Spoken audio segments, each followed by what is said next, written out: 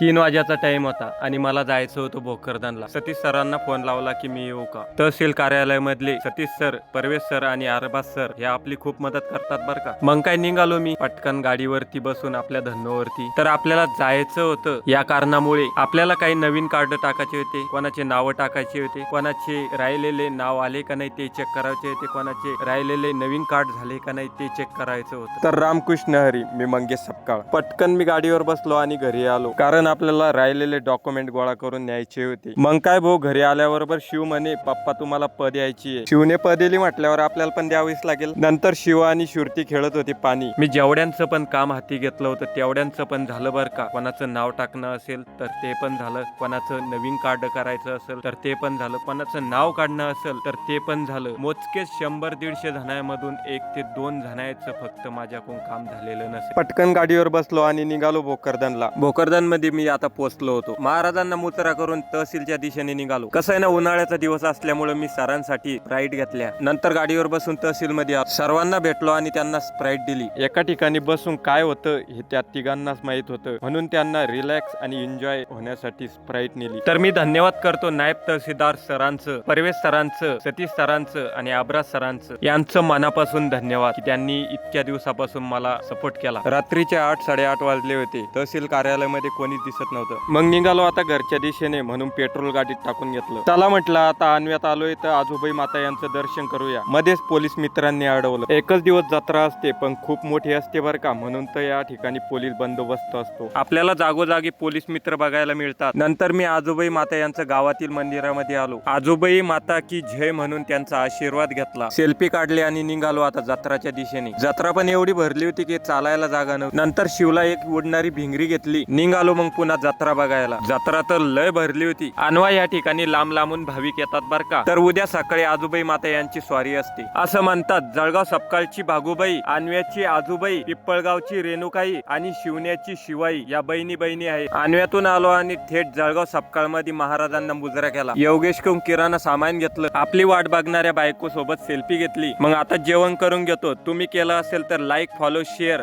Ramakrishna Hari.